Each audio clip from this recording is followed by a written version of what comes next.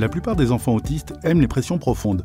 Ils vont même les rechercher naturellement lorsqu'ils se blottissent sous des coussins, sous un pouf ou une couverture épaisse. Ils aiment aussi retrouver cette sensation en portant des vêtements un peu serrés. Alex, l'ergothérapeute d'Amy, a pris le temps de nous montrer comment faire des pressions nous-mêmes à la maison. Ce n'est pas difficile, mais quelques conseils sont bien utiles. On va exercer une pression avec nos mains sur toutes les parties osseuses du corps d'Amy. Les épaules, les bras, le bassin, les jambes, les mains, le dos. Mais attention, pas sur le ventre. Elle aime quand on exerce ces pressions de chaque côté de son corps en parallèle, avec un rythme assez lent, pour avoir le temps de bien en profiter. Il est possible de faire des pressions sur la tête, mais il faut demander les conseils d'un professionnel formé, car pour certains enfants, cette sensation est très désagréable, ce qui est le cas pour Amy. Quand Amy est stressée, agitée ou au contraire plus fatiguée, on lui propose des pressions profondes. Je peux aussi lui proposer une sorte de gros câlin contenant. Je l'appelle le câlin de l'ours, l'effet est souvent immédiat, elle se calme et se détend.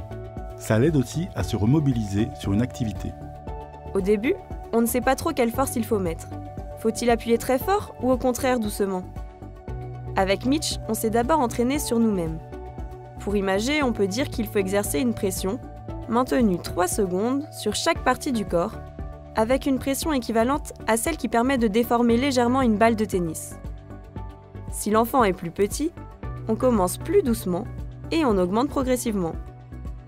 Pour offrir la même sensation mais sans toucher directement l'enfant, on peut utiliser une balle un peu ferme, un gros ballon, que l'on fait rouler sur tout le corps en appuyant en continu dessus. Certains enfants aiment se blottir sous une couverture lestée ou porter des accessoires lestés. Le poids sur leur corps leur procure du bien-être. Concernant les pressions profondes, on peut dire qu'elles aident l'enfant à se détendre ou à se recentrer sur une activité. Elles sont faites sur tout le corps de l'enfant à l'aide de nos mains. Elles sont réalisées sur les parties osseuses du corps, les épaules, les bras, le dos, mais pas sur le ventre. Attention aux pressions sur la tête, il faut demander les conseils d'un professionnel. On va exercer une pression régulière et ferme pendant quelques secondes sur chaque partie du corps.